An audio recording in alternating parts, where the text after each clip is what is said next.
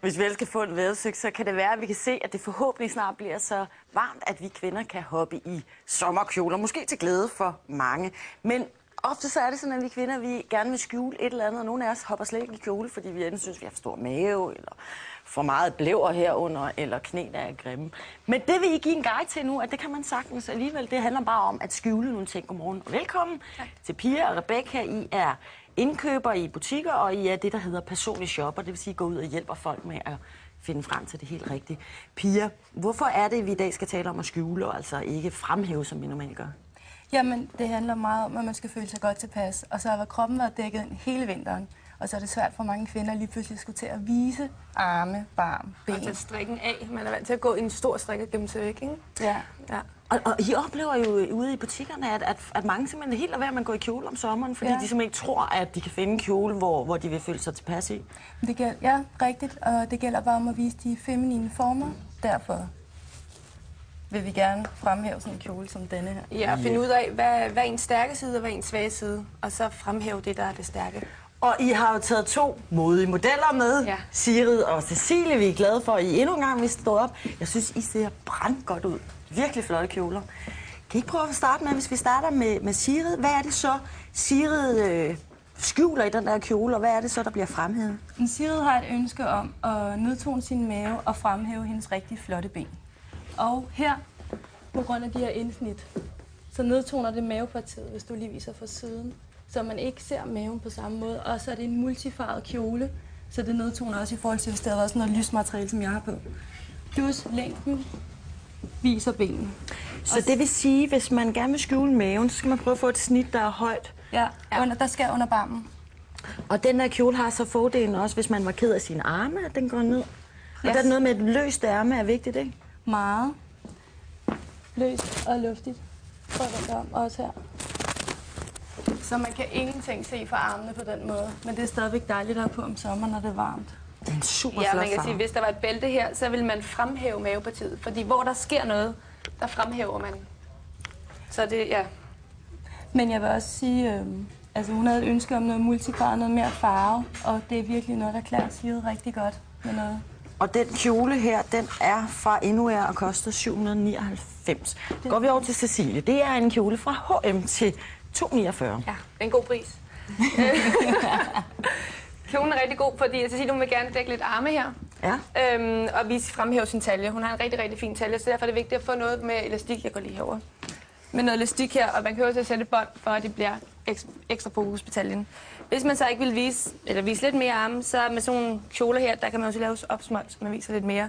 Nu kan jeg sige, det sagtens bære og vise lidt mere arme. Er det sådan, fordi jeg har det nemlig også lige præcis det der med armene. Ja. Altså er der rigtig mange kvinder, der gerne vil skjule armene? Mange, og det er fra 20 og op efter. Det er alle aldre, der Men den er så ret kort, den der. Ja. Nu siger du ret glad for sine ben. De er også lækre. De er jo ret flotte, så derfor så gør det ikke noget, den er kort. Nu har hun strømpebukser på os, og når man får noget farve på benene, så gør det ikke noget, at den er lidt kort. Og nu har hun også alderen til, den kan være lidt kort. Så trække der gennem armene, og så fremhæve taljen? Ja. Og hvad med hofterne? Der er også plads til dem der? Det er der her, fordi den er lidt løs. Og Sille, hun er i timeglas, så det vil sige, hun er jo barm, smalt og hofte. Og der er den ret god, fordi der er plads til hoften. Og det er sådan, vi rigtig mange af os er, ikke? Ja, altså man skal have en sommerkjole, man har ikke lyst til, at den sidder helt stram lige med det samme i hvert fald. Det er, når man er gået i jeans og store sweater. Rebecca, kom du herover igen, fordi nu er det jo jer, der skal til at smide cardigan og jakke. Fordi I har jo også taget en kjole på, fordi I jo ligesom alle mulige andre kvinder også har nogle ting, som I ikke er specielt glade for. Altså, for mit vedkommende, der drejer det sig om... Skal jeg holde den her? Ja, meget gerne. Det drejer sig om, at jeg godt vil fremhæve mine feminine former, fordi at jeg er jo guldrød, så jeg er lige op og ned. Og det gør jeg jo ligesom ved at fremhæve... undskyld. Det her poset, at det er posemateriale i forhold til, hvis der er noget helt stramt og slasket... Hvis for eksempel den her sidder helt til, så vil jeg jo bare vise, at jeg var lige op og ned. Men her kommer der mere pose. Så der kommer lidt hofte her, lidt kvindelighed. Ja. Som man kan se her. Ja, du fremhæver din barm ved, at du har taget noget V-hals på og en halskæde ned. Ja.